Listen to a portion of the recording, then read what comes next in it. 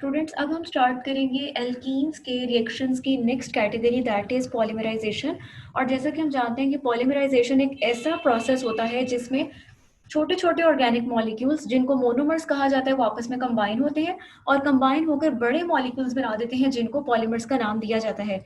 अगर हम जहाँ इथीन की बात करें तो इथीन की पॉलीमराइजेशन की जो कंडीशन है वो 400 डिग्री सेल्सियस है, 100 एटमॉस्फेयर प्रेशर और स्मॉल अमाउंट ऑफ ऑक्सीजन। जब हमारे पास ये रिएक्शन होता है तो हमारे पास n रिप्रेजेंट कर रहा है कि यहाँ पर इथीन के नंबर ऑफ मॉलिक्यूल्स की तादाद कोई भी हो सकती है। n number of molecules of ethene जब आपस में कंबाइन होते हैं तो हमारे पास क्या बनेगा, यानी ये आपके पास आगे मोनोमर्स, ये जब कंबाइन होंगे तो आपके पास क्या बनेगा, पॉलीइथाइलीन, या जिसको पॉलीथीन भी कहा जाता है। अब आपके पास पॉलीमर को रिप्रेजेंट कैसे करते हैं ये आप देख सकते हैं। आपने CH2 सिंगल बॉन्ड CH2, यहाँ बॉन्डिंग और यहाँ बॉन्डिंग का मतलब ये है कि ये स्ट्रक्चर कॉन्टिन्यू है और ये ब्रैकेट्स लगा के आप शो करते हैं और नीचे छोटा सा एन डालते हैं जो ये शो करता है कि ये एक मोनोमर है और ये मोनोमर n टाइम्स इस दिए गए पॉलीमर के अंदर रिपीटेडली यूनिट्स आपस में अटैच हुए हैं। तो आपने इसको ऐसे ही रिप्रेजेंट करना है, it is a representation for the polymer. अब यहाँ पर आपको बता रहे हैं, बहुत इंपॉर्टेंट लाइन है, इसको हाईलाइट कर लीजिए कि एक अच्छी क्वालिटी का पॉलीथीन आप तब ऑब्टेन कर सकते हैं जब आप इथीन को पॉलीमराइज करते हैं in the presence of aluminium trichloride and titanium tetrachloride catalyst. Aluminium trichloride का मतलब कि एल्यूमिनियम ट्राइथाइल। एल्यूमिनियम ट्राइथाइल का मतलब कि एल्यूमिनियम के साथ 3 इथाइल ग्रुप्स अटैच है, AlC2H5 whole thrice. And titanium tetrachloride का मतलब क्या है, टाइटेनियम के साथ 4 क्लोरीन अटैच है, TiCl4। तो ये आपका कैटलिस्ट है, इसका नेम, ये ऑब्जेक्टिव में अक्सर आपसे पूछ लिया जाता है MCQs में। इसको हाईलाइट कर लीजिए कि पॉलीथीन अच्छी क्वालिटी को ऑब्टेन करने के लिए जो कैटलिस्ट यूज करते हैं that is aluminium triethyl and titanium tetrachloride. अब हम आगे देखेंगे इथीन के यूजेस। फर्स्ट आ जाता है हमारे पास कि हम इसको यूज करते हैं पॉलीथीन, जो कि एक बहुत ज्यादा इस्तेमाल होने वाला पॉलीमर है, क्योंकि पॉलीथीन जो होता है वो मुख्तलिफ किस्म के प्लास्टिक मटेरियल जैसे टॉयज हो गए, बैग्स हो गए, बॉक्सेस, इनको बनाने में इस्तेमाल होता है। For the artificial ripening of fruits, फलों को पकाने के लिए, कच्चे फलों को पकाने के लिए इस्तेमाल की जाती है ethene gas. As a general anaesthetic, anaesthesia जो दिया जाता है एनेस्थेटिक के तौर पर भी इसको यूज किया जाता है। फोर्थ पॉइंट आ जाता है for preparing mustard gas. Mustard gas क्या है कि पुराने ज़माने में वर्ल्ड वॉर 1 के टाइम के करीब जो जंगें होती थी वहां पर दुश्मन पर इसको हथियार के तौर पर इस्तेमाल किया जाता था। उसकी क्या वजह थी, क्योंकि ये एक हाई बॉइलिंग पॉइंट वाला लिक्विड है और ये जहां पर गिरता है ये वहां पर ब्लिस्टर्स, यानी आप कह सकते हैं छाले से पैदा करते हैं। तो इसलिए इसको इस्तेमाल किया जाता था। और इसको मस्टर्ड गैस क्यों कहा जाता है, क्योंकि इसकी जो स्मेल होती है वो मस्टर्ड जैसी होती है। लेकिन आपने ये माइंड में रखना है कि it is not a gas, लेकिन ये हाई बॉइलिंग लिक्विड है that is dispersed as a mist of tiny droplets. छोटे छोटे ड्रॉपलेट्स की शक्ल में जो है ये डिस्पर्स हो जाता है। यहाँ पर आपको इसका फॉर्मूला भी दिया गया है कि जब आपके पास इथीन रिएक्ट करती है डाइक्लोरोडाइसल्फाइड के साथ तो आपके पास क्या बनता है, मस्टर्ड गैस, जिसका नेम आपके पास क्या है, 2,2 डाइक्लोरोइथाइल सल्फाइड। आपसे पूछा जा सकता है कि मस्टर्ड गैस का आईयूपैक नेम क्या है, तो दैट इज 2,2 डाइक्लोरोइथाइल सल्फाइड। यानी आप नंबरिंग कहाँ से स्टार्ट करें हैं, 1 2, तो आपके पास क्या है, 2 पोजीशन पे 2 मरतबा क्लोरीन मौजूद है, तो इट विल बी 2,2 डाइक्लोरोइथाइल सल्फाइड, जिसको आप क्या नाम देते हैं, मस्टर्ड गैस का। तो ये मस्टर्ड गैस भी प्रिपेयर किससे हो रही है, इथीन से। तो हम कह सकते हैं कि मस्टर्ड गैस की प्रेपरेशन में क्या यूज होती है, इथीन। नेक्स्ट हमारे पास आ जाता है कि आप इसको as a starting material use कर सकते हैं बहुत से ऐसे केमिकल कंपाउंड्स की तैयारी के लिए जो कि लैब या इंडस्ट्री के पॉइंट ऑफ व्यू से बहुत ज़्यादा इंपॉर्टेंट है। जैसा कि फॉर एग्जांपल आपने ग्लाइकोल्स पढ़ा कि जब आपने KMnO4 बेयर्स रिएजेंट का रिएक्शन पढ़ा तो वहां पर आपने ग्लाइकोल्स की प्रेपरेशन पढ़ी। तो ग्लाइकोल्स के आगे लिखा हुआ है एंटी फ्रीज। इनको गाड़ियों के रेडिएटर्स में यूज किया जाता है ताकि फ्यूल को ठंडे मौसम में जमने से बचाया जा सके। इसके अलावा इथाइल हेलाइड, इथाइल अल्कोहल्स, ये वो सब केमिकल्स हैं जो बहुत ज़्यादा वैल्यूएबल हैं, तो इन सब को हम इसकी हेल्प से प्रिपेयर कर सकते हैं। अब यहाँ तक आपके टॉपिक कवर हो गए हैं एल्कीन्स के, और इससे रिलेटेड जो आप एक्सरसाइज के क्वेश्चन सॉल्व करेंगे, एक आप करेंगे क्वेश्चन नंबर 12 का पार्ट ए और एक आप सॉल्व करेंगे क्वेश्चन नंबर 16। ये आप सॉल्व करेंगे, कल हम इनको डिस्कस करेंगे ग्रुप में। और इसमें अगर आपको कोई कंफ्यूजन है, कुछ पूछना है तो आप इसमें से पूछ सकते हैं। अब हम नेक्स्ट स्टार्ट करेंगे एल्काइंस। एल्काइंस जैसा कि आपको पता है कि अनसैचुरेटेड हाइड्रोकार्बन्स की वो कैटेगरी जिनमें ट्रिपल बॉन्ड एग्जिस्ट करता है, उनको हम नाम देते हैं एल्काइंस का। इनका जनरल फॉर्मूला आप पहले भी पढ़ चुके हैं, CnH2n -2 मतलब आपने एल्कीन्स का पढ़ा था CnH2n, यानी उस H2n में से भी आप क्या कर रहे हैं, वो जो 2n है उसमें से मजीद 2 हाइड्रोजन क्या कर रहे हैं, कम। इसका मतलब है कि दी गई एल्काइन जो है उसमें अपने ही जितने नंबर ऑफ कार्बन एटम्स वाली एल्कीन की निस्बत 2 हाइड्रोजन क्या होंगी, लेस होंगी। एन क्या रिप्रेजेंट कर रहा है यहाँ पर, कार्बन एटम्स की तादाद को। तो फॉर एग्जाम्पल अगर आपका प्रोपाइन है तो प्रोपाइन का मतलब क्या होता है, कार्बन एटम्स की तादाद 3। आप एन की वैल्यू क्या लिखेंगे, 3। हाइड्रोजन आप उसके कैसे निकालेंगे, एन की वैल्यू यहाँ क्या लिखेंगे, 3। 3 इंटू 2 6, 6 माइनस 2 4। तो यूं आप किसी भी दी गई एल्काइन का फॉर्मूला यहाँ से बता सकते हैं। और प्रोपाइन की निस्बत अगर प्रोपीन की बात करें तो प्रोपीन के अंदर 2 हाइड्रोजन ज्यादा होंगी, प्रोपाइन के अंदर 2 हाइड्रोजन कम होंगी। उसके बाद आपको बता रहे हैं कि इस सीरीज का जो पहला मेंबर है उसका फॉर्मूला C2H2 है। आप इस फॉर्मूले को भी इसके अकॉर्डिंग देख सकते हो, and is known as ethyne और एसिटाइलिन। C2H2 जो वेरी फर्स्ट जो सिंपलेस्ट मेंबर है उसको हम इथाइन या फिर एसिटाइलिन भी कहते हैं। अब हम देखेंगे इसके जनरल मेथड्स ऑफ प्रिपरेशन। और जनरल मेथड्स ऑफ प्रिपरेशन में एल्काइंस में हमें 3 मेथड्स दिए गए हैं और एक हम जो पढ़ेंगे वो इंडस्ट्रियल मेथड होगा। अब इसमें आ जाते हैं जनरल मेथड्स ऑफ प्रिपरेशन में। आपको पहला मेथड दिया गया है डिहाइड्रोहेलोजिनेशन ऑफ विसिनल डाइहेलाइड्स।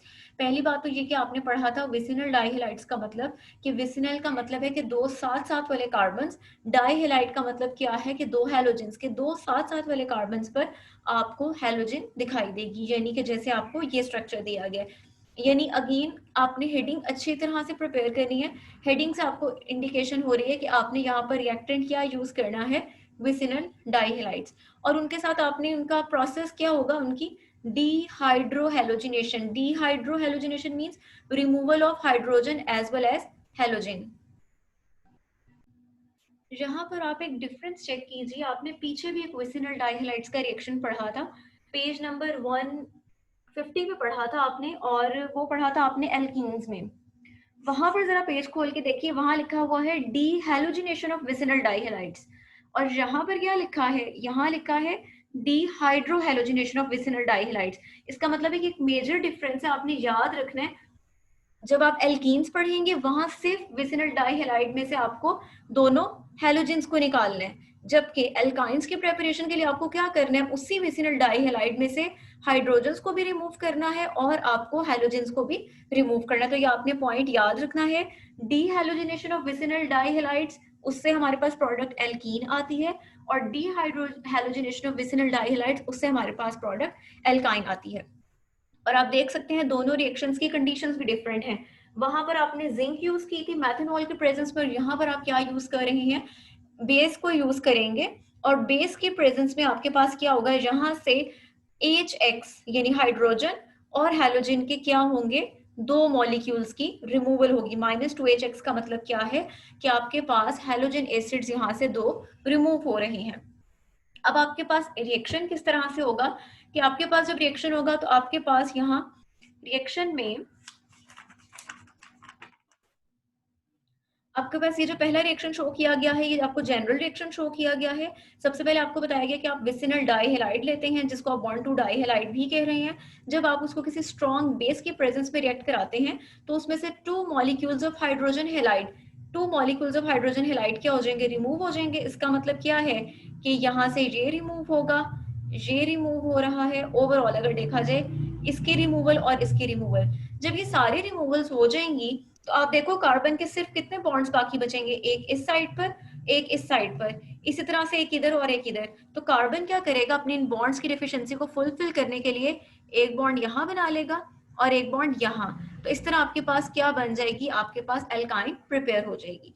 अब हम देखते हैं, ये तो आपको जनरल रिएक्शन दिया गया था। अब हम देखते हैं कि आपके पास ये रिएक्शन किस तरह से होता है। ये रिएक्शन आपके पास 2 स्टेप्स में होता है। यहाँ पर आप देख सकते हैं, यहाँ पर जो आपको विसिनल डाइहेलाइड दिया गया है वो है 1,2 डाइब्रोमो इथेन। और बेस आपको कौन सी दी गई, आपने पढ़ा था ऊपर स्ट्रॉन्ग बेस, तो स्ट्रॉन्ग बेस आपको यहाँ दी गई है KOH, potassium hydroxide, alcoholic form में, एल्कोहलिक मीडिया में होनी चाहिए।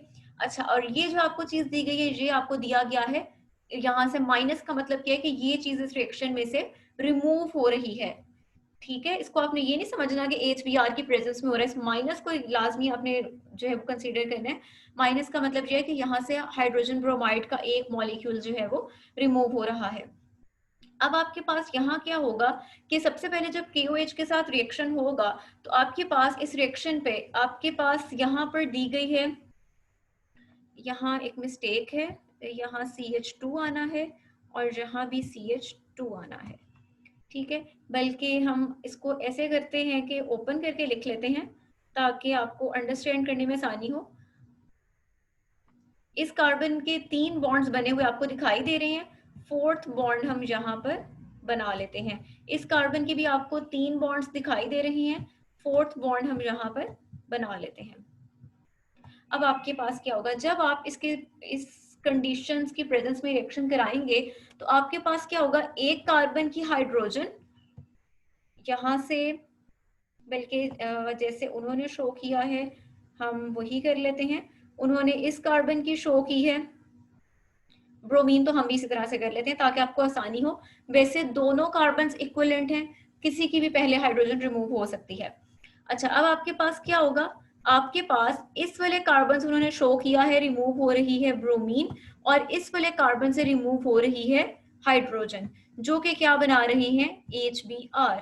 अब आप देख सकते हो CH सिंगल बॉन्ड Br, इस कार्बन के साथ क्या था, इस कार्बन के साथ CH2 था, वो आपने ऐसे ही लिख दिया। यहाँ से क्या रिमूव हुई है, ब्रोमीन। अब दोनों कार्बन्स का एक एक उनके साथ जो एटम अटैच था वो रिमूव हो गया है, तो ये आपस में क्या बना लेंगे, डबल बॉन्ड। अब देखिए इसका नाम आपको दिया गया है विनाइल ब्रोमाइड। विनाइल किस ग्रुप को कहते हैं, हमने पहले भी पढ़ा था, CH2 डबल बॉन्ड CH, और उसके साथ CH की आगे से एक वैलेंसी खाली होती है, उसके साथ कोई भी आकर एटम जो बॉन्ड बना सकता है। इसको आप क्या नाम देंगे, ये पूरा ग्रुप हमने पहले भी पढ़ा था कि ये ग्रुप कहलाता है विनाइल। चूंकि उसके साथ ब्रोमाइड अटैच है तो it will be vinyl bromide. अब ये आपके पास अभी रिएक्शन का एक स्टेप हुआ है, दूसरे स्टेप में क्या होगा, दोबारा KOH, दोबारा एल्कोहलिक मीडिया की प्रेजेंस में ये रिएक्शन होगा। और अब आप देख सकते हैं कि यहाँ जो ये प्रोडक्ट बनी थी, उन्होंने इसी प्रोडक्ट को ओपन करके शो किया आपकी आसानी के लिए, यानी CH2 की बजाय उसको एक H जो है वो साथ लिख दी और एक उन्होंने नीचे शो कर दिया। अब अगेन आपके पास क्या होगा, एक कार्बन की हाइड्रोजन रिमूव हो जाएगी और दूसरे कार्बन की यहाँ से ब्रोमीन रिमूव हो जाएगी, यानी आपके पास क्या बन जाएगा, HBr। ठीक है, माइनस HBr का मतलब कि HBr की रिमूवल हो रही है दी गई कंडीशंस पर इस गिवन मॉलिक्यूल में से। और यहाँ पर अब आपके पास क्या होगा, अब चूंकि इस कार्बन का भी एक बॉन्ड खत्म हो गया, इसका भी खत्म हो गया, तो इनके दरमियान क्या हो जाएगी, एक नया बॉन्ड बन जाएगा और ये आपके पास प्रोडक्ट क्या आई है, एल्काइन। कौन सी एल्काइन, इथाइन, क्योंकि इसमें नंबर ऑफ कार्बन एटम्स कितने हैं, 2। अब एक इंपॉर्टेंट चीज आप यहाँ देखिए, जब आपने पहला स्टेप करवाया तब आपने टेम्परेचर लिखा था 80 डिग्री सेल्सियस, जब आपने दूसरा स्टेप करवाया तब आपने टेम्परेचर लिखा 150 डिग्री सेल्सियस। इसका मतलब ये है कि जब आप ये वाली प्रोडक्ट बना लेते हैं, पहला स्टेप हो जाता है, तो दूसरा स्टेप करवाने के लिए हमें ज्यादा ड्रास्टिक कंडीशंस चाहिए होती हैं, हमें हाई टेम्परेचर रिक्वायर होता है, अदरवाइज ये रिएक्शन नहीं होता। यानी दूसरा जो हमें हाइड्रोजन हेलाइड निकालना पड़ता है वो उसके लिए हमें थोड़ी डिफिकल्टी फेस करनी पड़ती है, इसलिए हमें रिएक्शन की कंडीशंस को थोड़ा सा बूस्ट करना पड़ता है। नेक्स्ट हमारे पास आ जाता है डी हैलोजिनेशन ऑफ टेट्राहेलाइड्स।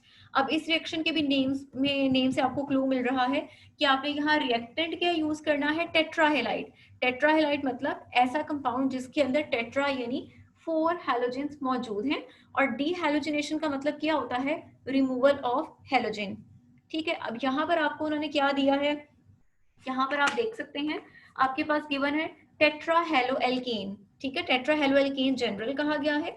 टेट्राहेलोएल्केन का मतलब यह है कि आपके पास ब्रोमोएल्केन हो सकती है, क्लोरोएल्केन, कुछ भी हो सकता है। अब यहाँ आपको जो दी है वो टेट्राहेलोएल्केन है, किसके प्रेजेंस में होता है reaction, active metals. Active metals यानी जिंक हो सकती है, मैग्नीशियम हो सकती है, उनकी प्रेजेंस में ये रिएक्शन होता है और प्रोडक्ट में आपके पास क्या बनेंगी, एल्काइंस, क्योंकि आप किसकी प्रेपरेशन पढ़ रहे हैं, एल्काइंस की। अब ये रिएक्शन किस तरह से होता है, ये रिएक्शन भी आपके पास दो स्टेप्स में होता है। पहले स्टेप में आपके पास क्या होता है कि जिंक जो है वो रिएक्ट कर लेती है टेट्राहेलोएल्केन के दो ब्रोमीन्स के साथ, जिसके नतीजे में ये बना देती है ZnBr2, that is zinc bromide. अब आपके पास जो रिमेनिंग स्ट्रक्चर बचा, इस कार्बन ने भी एक अपनी ब्रोमीन दी है और इसने भी एक दी है, तो दोनों की एक एक वैलेंसी क्या हो गई है, खाली। तो ये दोनों आपस में क्या बना लेंगे, यहाँ पर इनकी बॉन्डिंग हो जाएगी, जैसा कि आपको यहाँ शो किया गया है। अब आपके पास क्या होगा अगले स्टेप में, ये वाला जो आपके पास यहाँ प्रोडक्ट बनी है इथाइल डाइब्रोमाइड, ये क्या करेगी, ये दोबारा जिंक के साथ रिएक्शन शो करेगी और दोबारा से जिंक क्या करेगा, इन दोनों ब्रोमीन्स को अपने साथ कंबाइन करके बना लेगा जिंक ब्रोमाइड ZnBr2। अगेन आपके पास यहाँ क्या होगा, इस कार्बन की भी वैलेंसी खाली हुई है, इसकी भी, क्योंकि दोनों ने एक एक ब्रोमीन जो है वो यहाँ से रिमूव किया है, तो यहाँ पर क्या बन जाएगा, बॉन्ड, यानी आपके पास ये बन जाएगा। और ये क्या बनी है, चूंकि इसमें आपको ट्रिपल बॉन्ड दिखाई दे रहा है, इसलिए क्या है, एल्काइन। कौन सी alkyne, ethyne, because it has 2 number of carbon atoms. अब हम देखते हैं अगला रिएक्शन, जो कि है हमारे पास लेबोरेटरी मेथड्स में से लास्ट रिएक्शन है। अच्छा, इस ये वाला जो आपको लास्ट रिएक्शन दिया गया है, that is electrolysis of salts of unsaturated dicarboxylic acids. ये भी बेसिकली आपके पास कोल्ब इलेक्ट्रोलिटिक मेथड ही। अब आप देखिए, आपने कोल्ब इलेक्ट्रोलिटिक मेथड एल्केन्स की प्रिपरेशन में भी पढ़ा है, एल्कीन्स में भी पढ़ा है और एल्काइंस में भी, लेकिन तीनों में हमारा मैकेनिज्म तो सेम था, लेकिन तीनों में हमारा रिएक्टेंट डिफरेंट था। ठीक है, वहां आपने एल्कीन्स में पढ़ा मोनोकार्बोक्सिलिक एसिड, एल्कीन्स में आपने पढ़ा डाइकार्बोक्सिलिक एसिड, और अब एल्काइंस में आप कैसे पढ़ने लगे हैं, डाइकार्बोक्सिलिक एसिड तो है, बट ये बड़ी इंपॉर्टेंट चीज, इसको अंडरलाइन कर लीजिए, अनसैचुरेटेड, यानी ऐसा डाइकार्बोक्सिलिक एसिड जिसमें अभी आप एग्जांपल जो देखेंगे वहां पर आपको डबल बॉन्ड दिखाई देगा। आप पीछे से ओपन करके एल्कीन और एल्कीन दोनों की कोल्ब इलेक्ट्रोलिटिक जो रिएक्शंस दिए गए उनको ओपन करके जो कार्बोक्सिलिक ग्रुप्स दिए गए हैं उनका आप कंपैरिजन भी कर सकते हैं, ताकि आपको क्लियर हो कि आपको पेपर में कौन सी पूछी जाए तो आपने कौन सी मेंशन करनी है। आपके पास उसी तरह से दिया गया है कि ये इलेक्ट्रोलिसिस जब होगी तो इसमें इन्वॉल्व क्या चीज होगी, एक्वियस सॉल्यूशन ऑफ सोडियम और पोटेशियम सॉल्ट्स होंगे, लेकिन ये इंपॉर्टेंट लाइन है, इसको अंडरलाइन कर लीजिए, किसके होंगे, अनसैचुरेटेड डाइकार्बोक्सिलिक एसिड्स के आप सॉल्ट्स यूज करेंगे। कौन से केस में, जब आप बात कर रहे हैं एल्काइंस की। अब हम इसका रिएक्शन देखते हैं। इसका जो रिएक्शन आपको दिया गया है, यहाँ पर मैलिक एसिड का सॉल्ट लिया गया है, पोटेशियम मेलिएट। अभी आपके पास बेसिकली किस तरह से है, यानी यहाँ पर आपके पास डबल बॉन्ड शो होना है, बुक्स में आपकी शो हुआ है, यहाँ पर शो नहीं है, इसलिए मैं यहाँ मेंशन कर दूंगी, यहाँ पर आपके पास डबल बॉन्ड आना है। अब मैलिक एसिड आपके पास क्या होता है, आप चाहे लिख भी लीजिए, H C single bond C double bond O, इधर ओ, और यहाँ पर क्या होता है, H हाइड्रोजन, और यहाँ पर भी CH single bond C double bond O, इधर O, और यहाँ पर भी H। अगर आप उस मैलिक एसिड में हाइड्रोजन जो यहाँ मौजूद है उनकी जगह अगर आप पोटेशियम लगा दें तो ये क्या कहलाएगा, potassium salt of malic acid, जिसको आप क्या नाम देते हैं, पोटेशियम मेलिएट का। और यहाँ नेगेटिव और पॉजिटिव चार्जेस क्यों है, due to the difference of electronegativity. पहला स्टेप वैसे ही सेम, आयोनाइजेशन होगी, यानी आपके पास यहाँ से मेलिएट आयन अलग हो जाएगा और यहाँ से आपके पास पोटेशियम आयन अलग हो जाएगा। अब उसी तरह से आपके पास जो नेगेटिव आयन है वो किसके पास जाएगा, एनोड के पास, एनोड पे जाएगा, इलेक्ट्रोलिसिस होगी, एनोड पर क्या होती है, oxidation. Oxidation means removal of electrons. ये क्या करेगा, अपने इलेक्ट्रॉन्स रिमूव करेगा। जैसे हमने पहले पढ़ा था कि हमारे पास यहाँ पर एक इलेक्ट्रॉन का पेयर मौजूद है और एक इलेक्ट्रॉन का पेयर यहाँ नीचे मौजूद है। आपके पास क्या होगा, इस पेयर में से यहाँ से एक इलेक्ट्रॉन और इस पूरे पेयर में से यहाँ से एक इलेक्ट्रॉन क्या हो जाएगा, रिमूव। तो रिमेनिंग क्या बचेगा, एक एक सिंगल इलेक्ट्रॉन बच जाएगा, जिसको हम रेडिकल भी कहते हैं। तो ये आपके पास क्या बन गया है, मेलिएट आयन से उसका रेडिकल बन गया है, और यहाँ से दो इलेक्ट्रॉन्स की क्या हो गई है, रिमूवल हो गई है। अब आपके पास अगले स्टेप में क्या होगा, अगले स्टेप में देखते हैं, अगले स्टेप में आपके पास यहाँ से ये जो कार्बन डाइऑक्साइड, ये जो आपको C डबल बॉन्ड O दिखाई दे रहा है, ये क्या करेगा, ये यहाँ पर बॉन्ड बना लेगा और यहाँ से जो बॉन्ड है ये क्या हो जाएगा, ये बॉन्ड यहाँ से ब्रेक हो जाएगा। इसी तरह से ये जो आपको दिखाई दे रहा है इलेक्ट्रॉन, ये क्या करेगा, यहाँ पर बॉन्ड बना लेगा, और तभी बनेगा ना जब कार्बन यहाँ से अपना बॉन्ड तोड़ेगा, वरना तो कार्बन के 5 बॉन्ड हो जाएंगे, जो कि ऐसा पॉसिबल नहीं है। अब आपके पास क्या होगा, यहाँ से एक कार्बन डाइऑक्साइड का मॉलिक्यूल, ये वाला, और एक कार्बन डाइऑक्साइड का मॉलिक्यूल यहाँ से, ये क्या हो जाएंगे, सेपरेट। यानी आप कह सकते हो कि आपके पास 2 कार्बन डाइऑक्साइड के मॉलिक्यूल्स यहाँ प्रिपेयर हो जाएंगे। अब रिमेनिंग क्या रह गया, अब देखिए यहाँ पर एक इसका इलेक्ट्रॉन रह गया था, क्योंकि उसने तो बॉन्ड यहाँ से खत्म कर दिया, और यहाँ पे भी एक इसका इलेक्ट्रॉन रह गया, तो ये आपस में दोनों इलेक्ट्रॉन्स क्या करेंगे, यहाँ पर मिलकर बॉन्डिंग बना लेंगे। तो अब यहाँ पर कितने बॉन्ड्स हो जाएंगे, ट्रिपल बॉन्ड। ये आपके पास क्या बन जाएगा, इथाइन का molecule, which is shown here. अगला स्टेप क्या होगा, कैथोड। कैथोड पर आपके पास क्या रिएक्शन होगा कि आपके पास वाटर मॉलिक्यूल्स की हाइड्रोलिसिस की वजह से हाइड्रोक्सिल आयंस बनेंगे।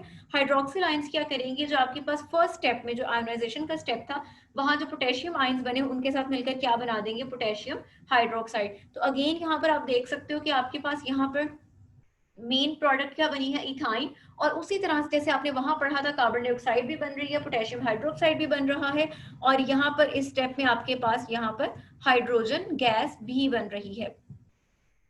ठीक है, तो यहाँ तक जो आपने मेथड्स पढ़ लिए, ये सब मेथड्स आपके पास थे कि आप लैब में कैसे प्रिपेयर कर सकते हैं इथाइन को। अब हम लास्ट मेथड जो पढ़ेंगे वो आप देखेंगे इंडस्ट्रियल मेथड, कि अगर आप इंडस्ट्री में इथाइन प्रिपेयर करनी है तो वो कैसे प्रिपेयर की जाती है। और इसको भी अच्छी तरह से हाईलाइट कर लीजिए, आपसे पेपर में पूछ लिया जाता है कि write down the industrial method of preparation of ethyne. तो जब आपसे इंडस्ट्रियल मेथड पूछा जाएगा तो आपने यही मेथड लिखना है। अगर आप इंडस्ट्रियल मेथड पूछा जाने पर ऊपर वालों में से कोई भी मेथड लिख देते हैं तो आपको नंबर नहीं मिलेंगे। आपने इंडस्ट्रियल मेथड में यही रिएक्शन लिखना है, इसको भी हाईलाइट कर लीजिए कि इंडस्ट्रियल मेथड आपके पास कौन सा है। इंडस्ट्रियल मेथड में आप इस्तेमाल करते हैं इथाइन प्रिपेयर करने के लिए आपको चाहिए होता है कैल्शियम कार्बाइड। और कैल्शियम कार्बाइड आपके पास किस तरह से प्रिपेयर होता है, पहले तो हम उसको देख लेते हैं। जब हम कैल्शियम ऑक्साइड, जिसको लाइम कहा जाता है, उसको कोक यानी कार्बन की प्रेजेंस में जब हीट करते हैं एट हाई टेम्परेचर, आप देख सकते हैं कितना हाई टेम्परेचर है, 2000 डिग्री सेल्सियस, तो आपके पास प्रिपेयर होता है कैल्शियम कार्बाइड और कार्बन मोनोऑक्साइड। ठीक है, अब ये जो हाई टेम्परेचर होता है ये किसी ओवन में तो पॉसिबल नहीं है, इतना हाई टेम्परेचर किसी फर्नेस में ही पॉसिबल है। तो ये रिएक्शन कहाँ होता है, इंडस्ट्रीज में जो बड़ी बड़ी फर्नेसेस होती है वहां पर होता है। Temperature should be high, lime चाहिए और कोक चाहिए, इससे आपके पास क्या बनेगी, कैल्शियम कार्बाइड। ये जो कैल्शियम कार्बाइड बनी है इसको आप यूज करेंगे इथाइन को प्रिपेयर करने के लिए। अब आप देखेंगे कि ये जो कैल्शियम कार्बाइड है ये रिएक्ट करती है वाटर के साथ। अब आप देखो उन्होंने कैल्शियम कार्बाइड का स्ट्रक्चर आपको ओपन करके शो कर दिया है कि एक कैल्शियम अटैच हुआ है 2 कार्बन्स के साथ और 2 कार्बन्स के दरमियान ट्रिपल बॉन्डिंग एग्जिस्ट कर रही है। इसको जब आप कंबाइन करते हैं वाटर के साथ तो आपके पास वाटर के जो OH हैं वो कैल्शियम के साथ कंबाइन होकर OH ट्वाइस बना देते हैं, और जो आपके पास कैल्शियम हाइड्रोक्साइड नहीं बना देते हैं, और जो आपके पास वाटर के मॉलिक्यूल की हाइड्रोजन्स हैं वो क्या करती हैं। अब जाहिर बात है जब आपके पास ये रिएक्शन हो रहा है तो आपके पास बॉन्ड यहाँ से क्या हो रहा है, बॉन्ड यहाँ से टूट रहा है, इसी तरह से बॉन्ड यहाँ से क्या हो रहा है, टूट रहा है। इसका मतलब है कि इस कार्बन की 3 बॉन्ड्स तो इसने बनाए हुए हैं, एक एक बॉन्ड खाली हो रहा है, उस एक एक बॉन्ड की जगह क्या होगा, वाटर की हाइड्रोजन आकर अटैच हो जाएगी। तो ये आपके पास यहाँ से क्या बन जाएगा, इतना पार्ट बन जाएगा आपके पास इथाइन। तो इंडस्ट्रियल मेथड ऑफ प्रिपरेशन क्या है कि आप कैल्शियम कार्बाइड को जब वाटर से रिएक्ट कराते हैं तो इथाइन बनती है। और कैल्शियम कार्बाइड आप कैसे ऑब्टेन करते हैं, by heating calcium oxide which is also known as lime with coke or carbon at high temperature, that is 2000 degree Celsius in some electric furnace। तो जहां तक आपका एल्काइंस के मेथड्स ऑफ प्रिपरेशन थे। अब जो मैंने आपको क्वेश्चंस बताए हैं सॉल्व करने के लिए, क्वेश्चन नंबर 12 का ए पार्ट और क्वेश्चन नंबर 16 मैंने आपको असाइन किए हैं, ये आपने सॉल्व करने हैं, लाजमी सॉल्व करने हैं, और कल के लेक्चर में हम डिस्कस करेंगे। Thank you.